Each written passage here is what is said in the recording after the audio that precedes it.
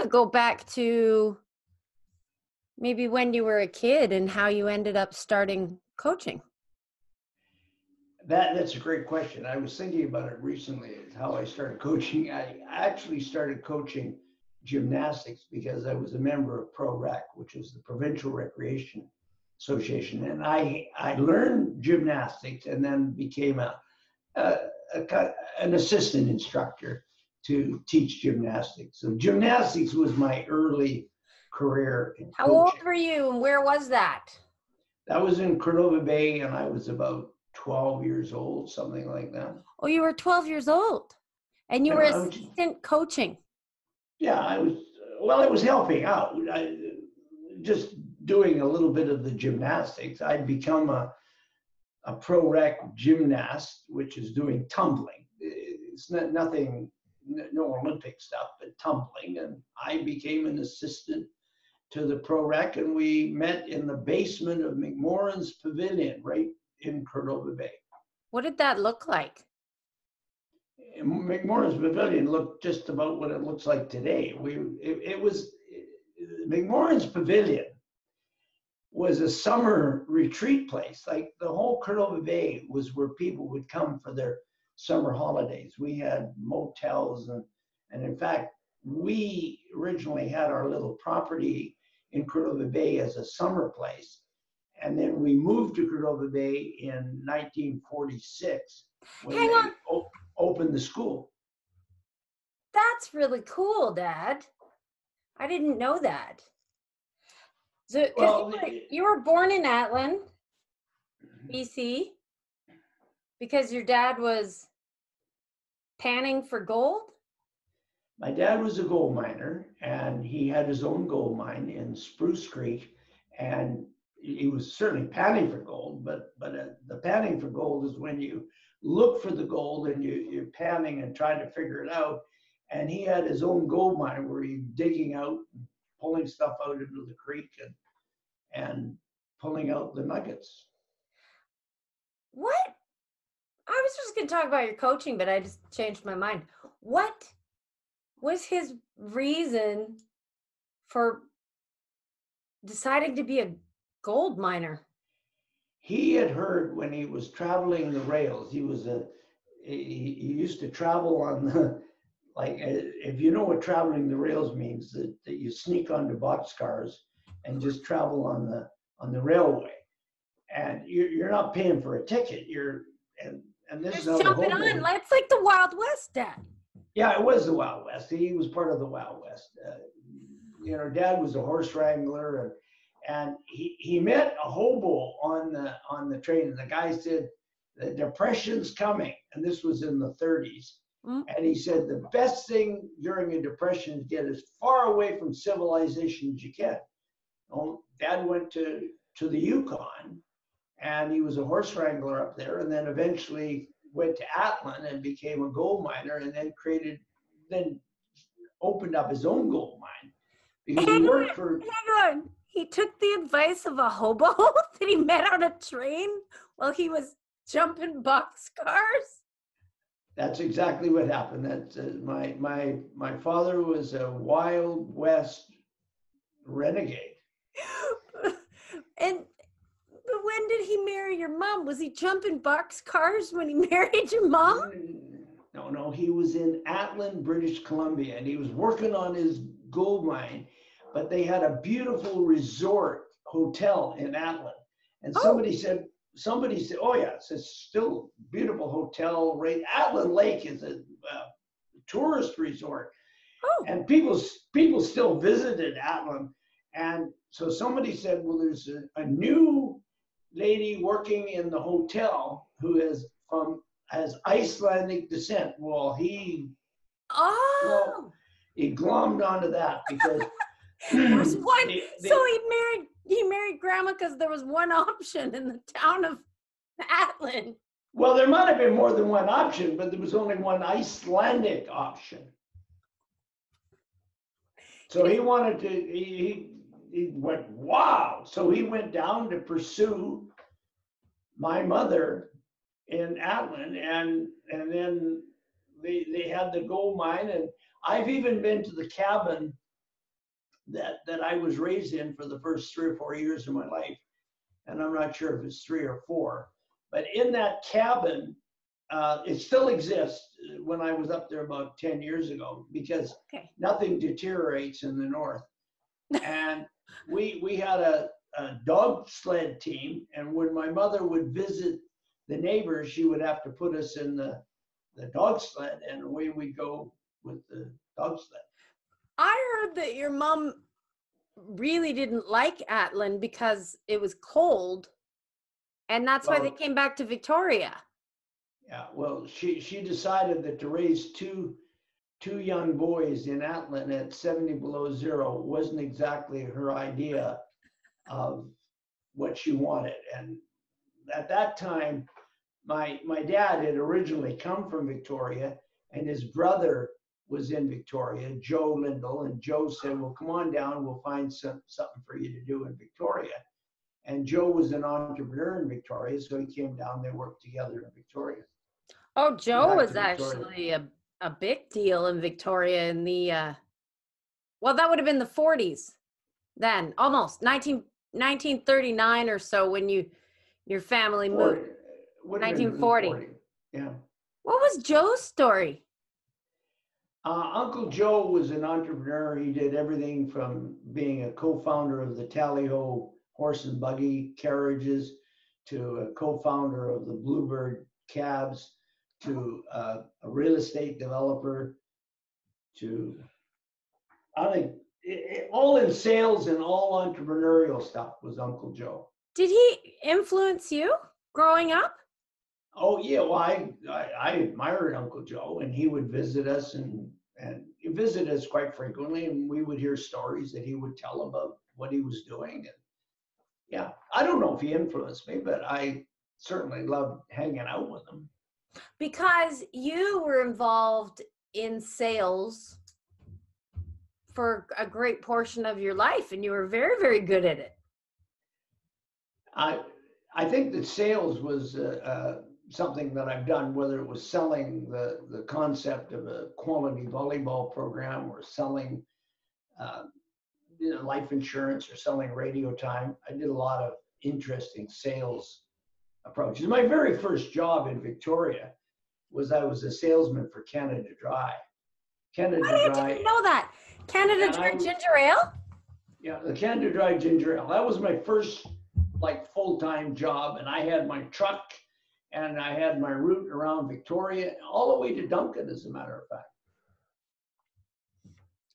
And how did you do the sales for Canada Dry? You had to just walk into places and be like, do you want some ginger ale? I walk into places and convince them that they needed to stock our ginger ale and move the Coke out of the way. And so I never knew that was how old were you then? I was 18. You were 18.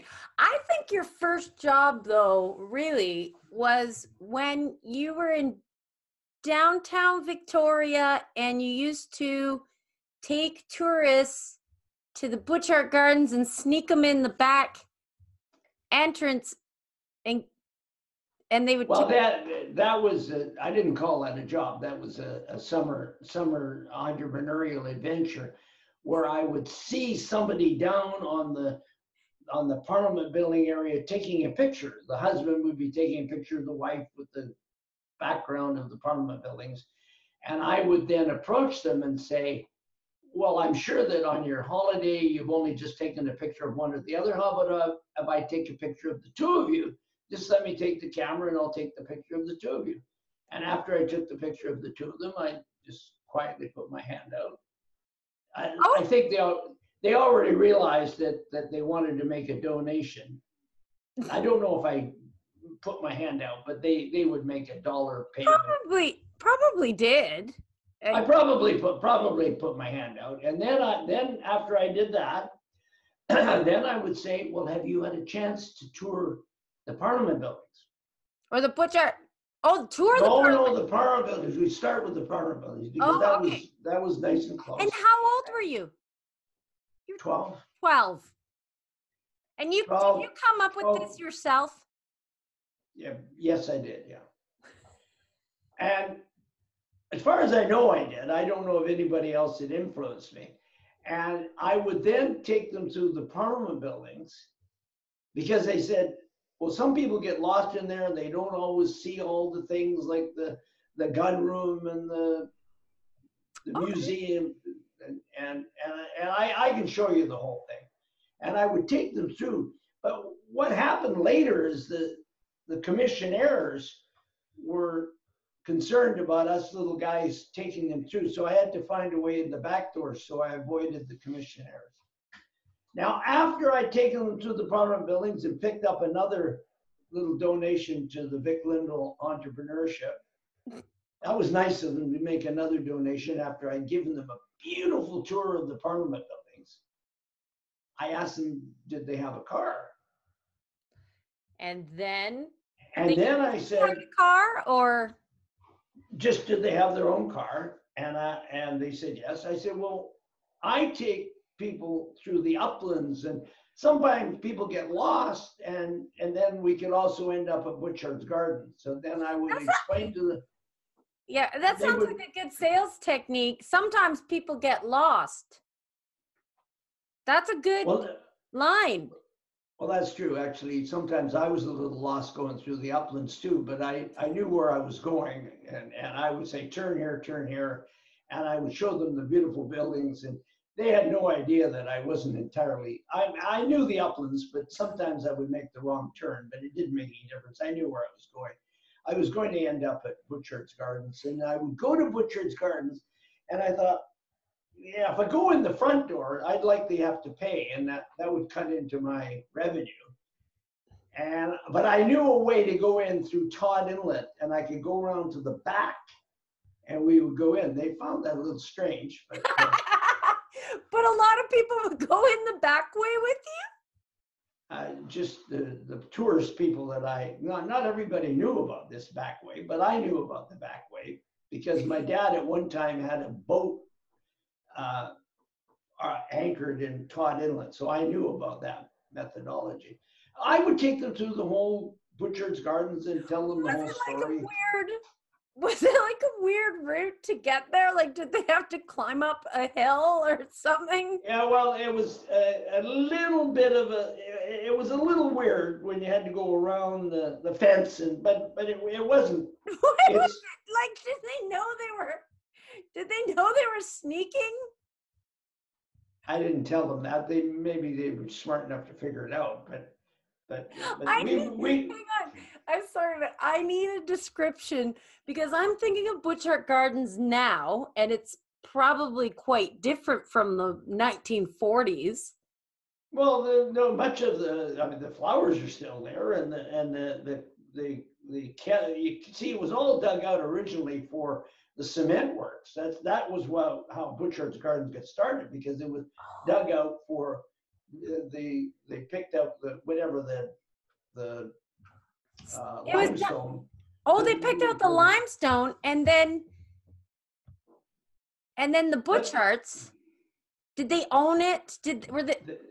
They owned it as a factory for building for cement factory, and then they would put the stuff on the boat and send it over Bamberton, where they had a big cement manufacturer over on Bamberton, which is right on the Malahat. This is interesting. Well, that was just, you're right. That was one of I hadn't really thought about it in my early career, but it was just an entrepreneurial career. But the thing about the tour, it worked out fine. We went out the back way. I didn't have to pay. And then I was also smart enough to bring them back by way of Cordova Bay. And say, you just let me out here. You can just go straight back to Victoria, because I was home, you see. I timed it so that I could get out in Cordova Bay and I could just walk on the street and be home. Did your parents know that you were doing this? I think so, but I'm not sure.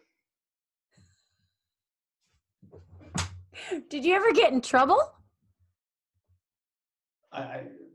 Not doing this job, I didn't. Well, other than the commissionaires would try to chase me out of the Parliament buildings, but so the tourists would sort of wonder why I all of a sudden left them stranded there and left, because commissioner came. But that was later in the career when the commissioner started to get a little bit smarter and started to patrol, because they thought I would only come in through the front door.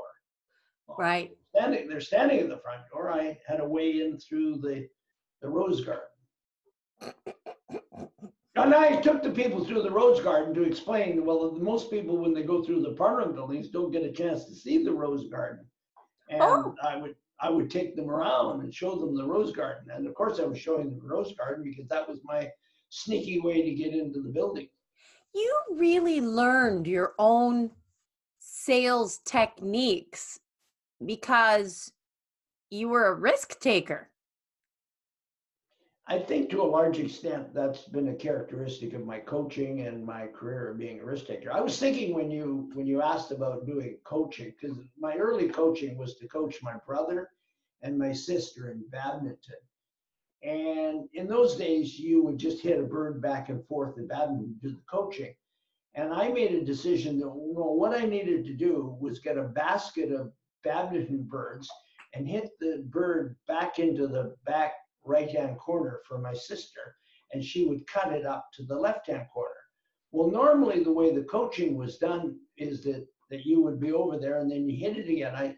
I just let that drop, had her move into position, and I hit another bird right from the basket. Similar to what I've done in volleyball, what we did in volleyball And later. people didn't do that in coaching.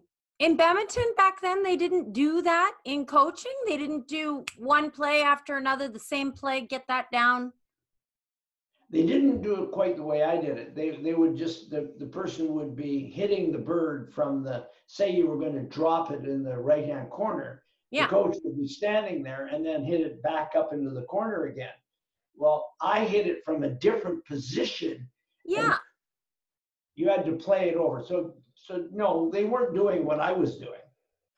And did that seem strange back then? Did any coaches ever go, well, you shouldn't be doing that, you should do it this way?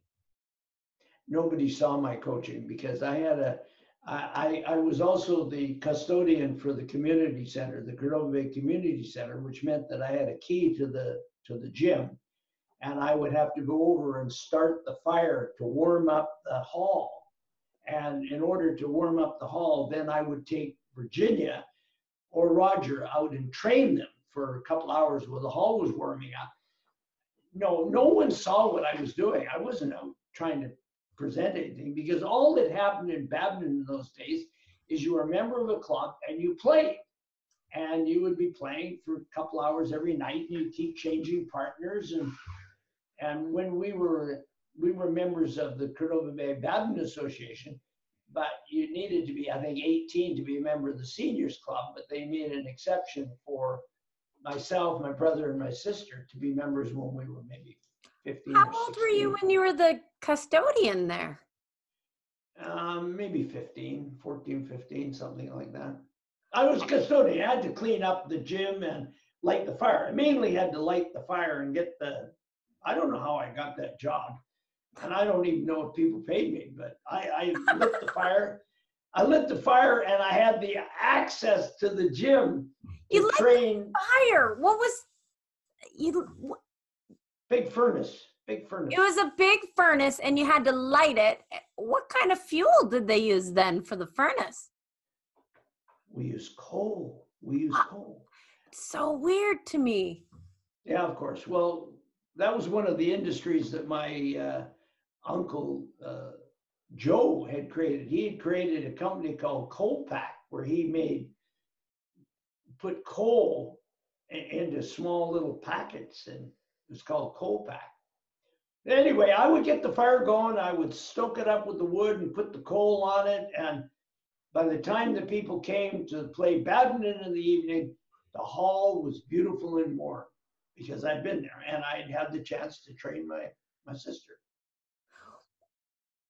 You must have been going to school as well during that time. I was going to school. I also had a morning paper route where I was up at 5 o'clock and delivered the morning Times columnist. I did all of that. And I went to school and I played hockey.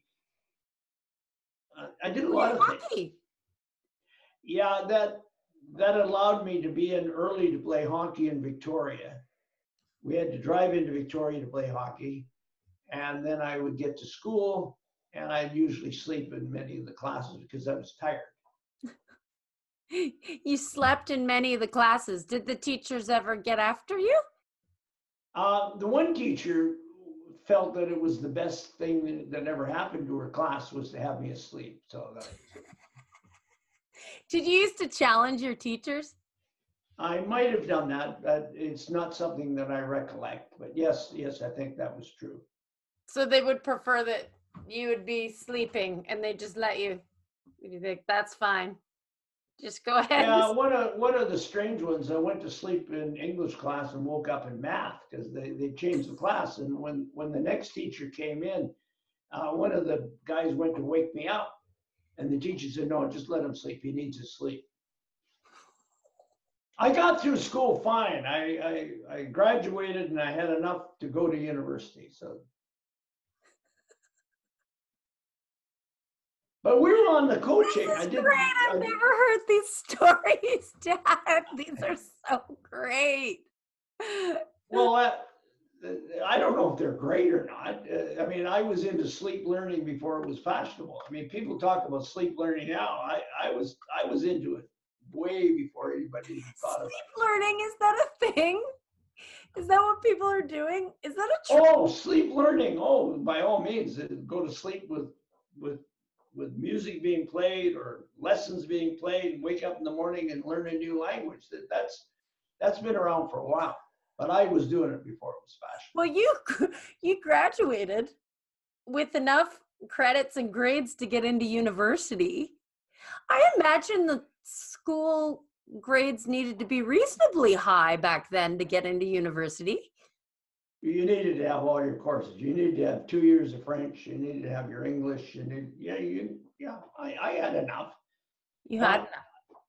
But let's go back to my coaching. So I want to go back to your coaching.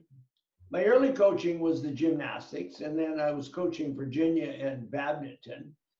And that was I was going to say my early success. Well, Virginia became one of the top badminton players in the province, and my brother Roger became the best junior player in BC and maybe one of the best in Canada. I mean, the only way to evaluate that was that the guy that won the Canadian Championship played in the BC Championship, and Roger beat him in the BC Championship. So that would be an example. But did you make sure that happened? No, we didn't make sure of anything. Roger went to the Canadian Championship and lost to this guy in the Canadian Championship, but 2-3 weeks later, he played him in Kelowna in the BC Championship and beat him. So that's it. But I was going back to my softball. Yes. So we've done gymnastics. Let's review. We've done gymnastics. At 12 years old, you were an assistant. And then badminton, you taught your brother and your sister and took them to a really high level. And now softball. Softball at 16. My dad decided we needed to have a softball association in Canova Bay. And he built a backstop. Oh, Dad was amazing. Built a backstop at the Canova Bay Community Center. It was the biggest back. You wouldn't be allowed to do that now because people would be worried about liabilities and what have you. Really? But he built, but built a beautiful backstop. And he said, well, we have to have a Canova Bay softball team. So we recruited kids to play on this 12 and under Canova Bay softball team. As a sidebar, somebody said to me here about 10 years ago, when her daughter was playing at the Canova Bay Softball Association, they had the opening ceremony of the years, and they credited Vic Lindal with having founded the Canova Bay Softball Association, which was really Vic, my dad, but the two of us worked together on this team, 12 and under boys softball team. And we won the BC championship. But we did a lot of very creative things, like, okay, tell me some of the creative things that you and your dad coached this together. Tell me some of the creative things you did with the softball team. Okay, number one, if you got to walk, that meant that the pitch went wild, or you got 4 balls, okay? Like 3 strikes, 4 balls. As soon as you got the walk, you ran to first base, hit first base, and took off for second. Well, And nobody was ready for that. And you'd automatically, our teams would automatically end up on second base in every walk. they never caught on to it. No, they'd forget. They'd forget. They would forget. Oh, because very rarely you would get 4 balls in a row. It's not like you did that play every single time somebody got up to bat. So they wouldn't be ready for it. They're random. I mean, but the thing is and usually what happens on the fourth ball is it's kind of a wild pitch. So the back catcher's going back, picking up the ball because okay, the guy's getting to first base. Next thing he picks up the ball and turns around and my guy's on second base. That is awesome. That was one. But the one I really liked was when we had a runner, one of our runners on third base. And I think, well, it'd be a good idea that we find a way for him to score. And he would take off and we would juggle around and we'd find a way for him to score. But other teams would try to do that same idea. The runner on third base would run ahead. And what we did was we allowed our third baseman to stay ahead of him.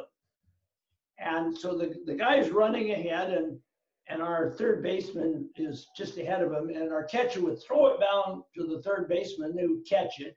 And the guy would laugh because he just stepped back and get on the bag. Yeah. Except for one thing. Then our catcher would throw the ball down right over the head of our third baseman. The runner goes, oh, we got this beat, and he'd run for home base, except for one thing. Our left fielder was there ready, caught the ball, fired it to home. We put the guy out. You're the first person to bring the left fielder in. I've never seen anybody do that, actually, even to this. Well, no, you can do it in softball because we have shorter distances, but it was little things like that made the difference. That's all. I was always looking at ways that we could get an edge, and we won the BC championship. You did some unique things with gymnastics. I think you combined your coaching with your sales, and I know you had a summer where you taught trampoline. I totally forgot about that. What was the reason that you taught trampoline this one summer and you just came up with it? No, I needed a summer job, and for some reason or other, the Vancouver Parks and Recreation, I don't know if I convinced them or they already knew about it, but that we would take a portable trampoline to the various community centers, and I would teach trampoline, and people would all come and join the trampoline. You got to remember, this is before everybody had a trampoline in their backyard, so this was a big deal. So I did the whole summer, going all around all the community centers in Vancouver, all the parks and community centers. I imagine you came up with that. I can't imagine they went and decided that they needed somebody to coach trampoline. Maybe they did. Well, I'd like to take credit, but I don't know if I can take credit. So you were a coach of many sports. This is the thing that a lot of people don't know because they know you as Mr. Volleyball. I even coached basketball when I was in the Air Force, and I had a basketball team that finished second in the province of Nova Scotia for basketball. Nova Scotia? Wait, you were in Nova Scotia? When I was in the Air Force, I was in Nova Scotia. I was just out of Halifax. You were in the Air Force for how many years and at what age? 5 years, age 18 to 23. Oh, so you were in Nova Scotia for, how many years? Just 1 year. And while I was in Nova Scotia for that 1 year, I also coached the dependent children's swim team. And I coached the swim team every day. And we would have what was called a wire meet, where you would have on one day, you would send in all the results of the swimming that you did for the Armed Services Swimming Championship. Like all across Canada? Yeah, for all the radar stations or all the Air Force Radar stations. stations. Well, radar was what we had to protect us against a possible Soviet Union attacking. So we had all these early radar stations. Anyway, it was a radar station, and we had a swim program, and we put in all our results, and my team won. Okay, all the results across Canada. Yeah, for the Air Force. For the Air Force. Well, still, there were a lot of people in the military back in that day who had kids, so that would be a significant. That was quite good. But we went. That was Beaverbank, and I went from there to Holberg, and I created a swim program and a diving program. I taught diving too. And were you qualified to teach swimming and diving? How did you know to teach these sports? Well, I was a competitive swimmer when I was a kid. I swam competitively. I swam in the BC championship in swimming. Oh. Yeah. But you participated in as many sports as you could participate in, I'm guessing, as a kid.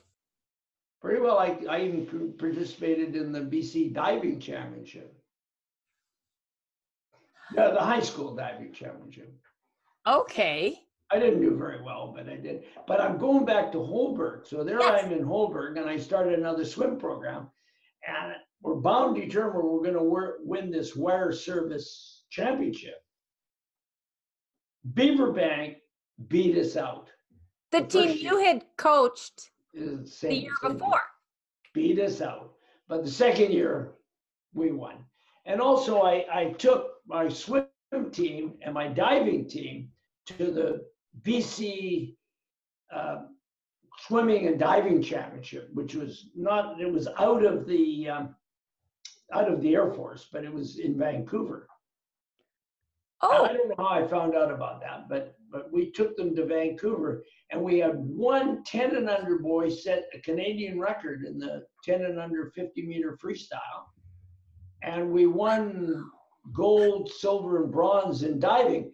But what I didn't realize is that if you were in diving, you weren't in swimming too. It was only you were either in swimming or diving, and so we're competing against people who were just in diving, but ours were in swimming and diving because I didn't know that they were two different things.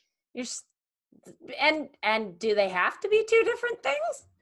No, they don't. But if you're going to be excellent in swimming, you're not likely going to be spending time diving.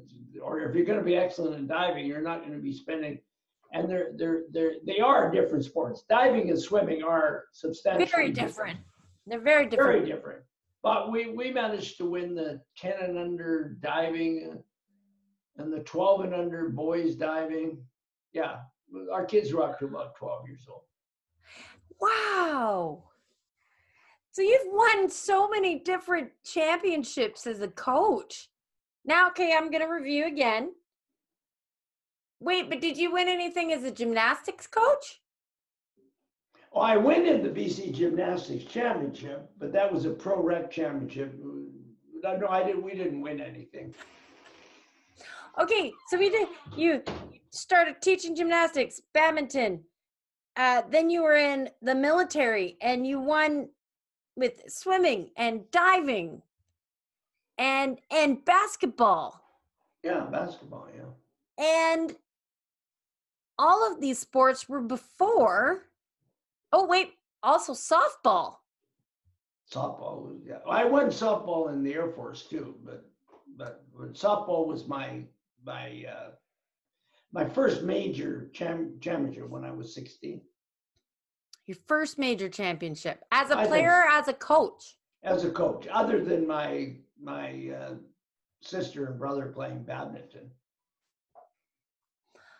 Were there any other sports that you coached back then, or did it then go to volleyball and you had that as your focus? When I was in Comox, British Columbia, one of my first Air Force stations, a guy by the name of Flying Officer Shaw said, "We need some more players for volleyball." He said, "You're physical ed teacher, maybe you can play volleyball. Well, I'd never played volleyball. I maybe played a little bit in high school, but just jungle ball. And I said, fine. Well, he was a real advocate of how to learn how to play this game. And we had systems. It was called the 3-3-3 system, where you had a setter and a hitter that went around together. So the one setter set the one hitter, and that was the system. It was the 3-3-3 system. Each other? The 3-3 system was very simple. My hitter was right beside me. But we had three setters and 3 hitters. It was a special system. Volleyball went from the 3-3 system to the 4-2 system to the 5-1 system. Oh, okay. So now they have something called a 3-3, but it's different. Oh. Anyway, I played on this Air Force team, and we played in the national championship. We did quite well there. And that was my introduction to volleyball. But what's interesting was we played in a tournament at Sea Island in Vancouver, and we had all kinds of local teams play. Well, one guy that saw that event remembered me. And when I came back to teach high school in 1963, now he remembered me from 1956, 57. And his name was Les Heron, and he remembered me. He remembered me, and there I was teaching at Eric Hammer. Okay. And he sidled up to me and he said, well, why don't you have a boys team? And I went, well, who are you? Well, no, I'm asking you. He said, why don't you have a boys team? Because there's no boys volleyball in Vancouver. There was no high school boys volleyball in Vancouver. There wasn't at all. There was a BC high school championship. But he said, well, there's a lot of elementary school volleyball, and a lot of these kids come to Eric Hammer. Why don't you have a boys team? I said, because there's only girls volleyball. He said, no. Why don't you put a notice on the bulletin? He's very aggressive, this Les Heron. Yeah. And I put a notice on the bulletin, and I'll be damned. 35 guys showed up. What? The next thing you know, I'm coaching a high school boys volleyball team. And here was the kicker. He said, I said, who are we going to play? He said, you can play in the Senior B Men's League at the YMCA. Okay. And you can even play on the team if you want. So I went, well, that's a good deal. So we played with my high school boys team in the Senior B Men's League and went to the BC Championship. So that was the start. Yeah, my high school boys team. Huh. And then he got me involved in refereeing, and I got my regional referee, my national referee. And then he said, well, maybe you should be coaching a girls team too. Well, I refereed. I refereed the US versus Russia in an international tour, 1965. What? And this is when the Cold War was on, so there was no love lost between these two countries. What? Wait, let's hear about this. Hang on. Okay, this is an important point. Pause for a second. You refereed the USA versus Russia, 1965. Where were you? Well, I refereed in 65, I refereed that match at UBC, men's match. But it was during the Cold War. That's right. This is the first time Russia and the United States had ever played, and Canada wasn't good enough to play this Russian tour. Bob Pratton and the Canadian Volleyball Association had arranged for this tour. But here was the kicker. We had the Russian men, the US men, the Russian women, and the US women. And I'm looking and going, wow, the level of the Russian women was amazing.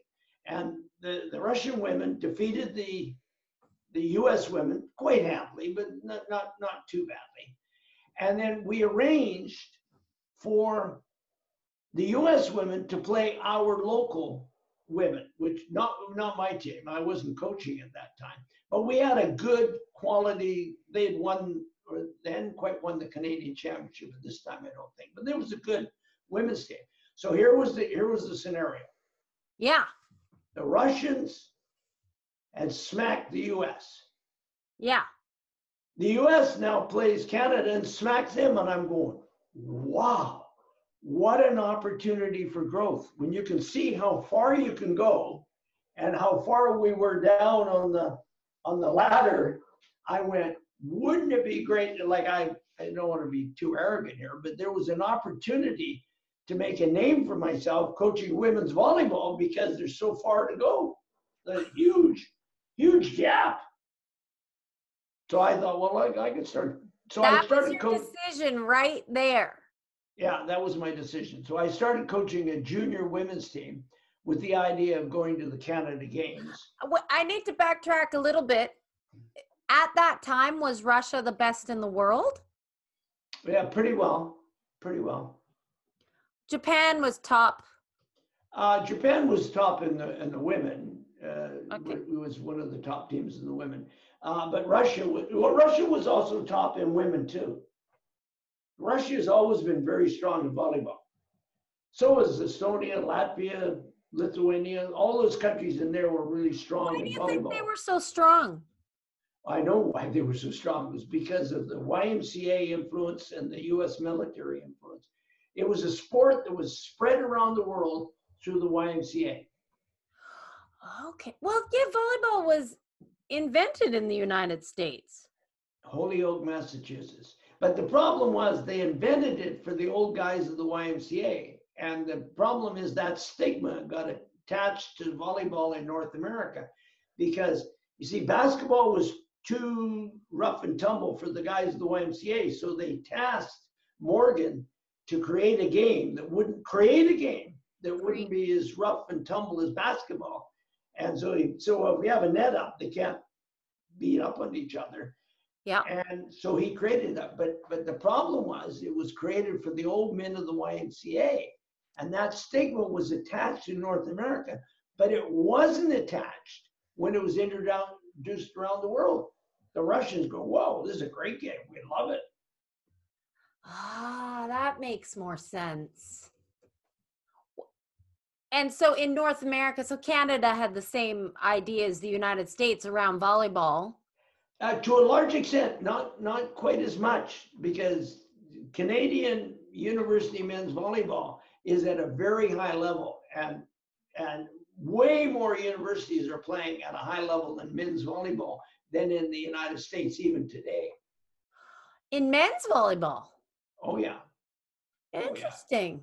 But the US men and women have been the best in the world in history with volleyball, especially 84 is a good 84, example. well, they had an advantage of 84. They were hosting it.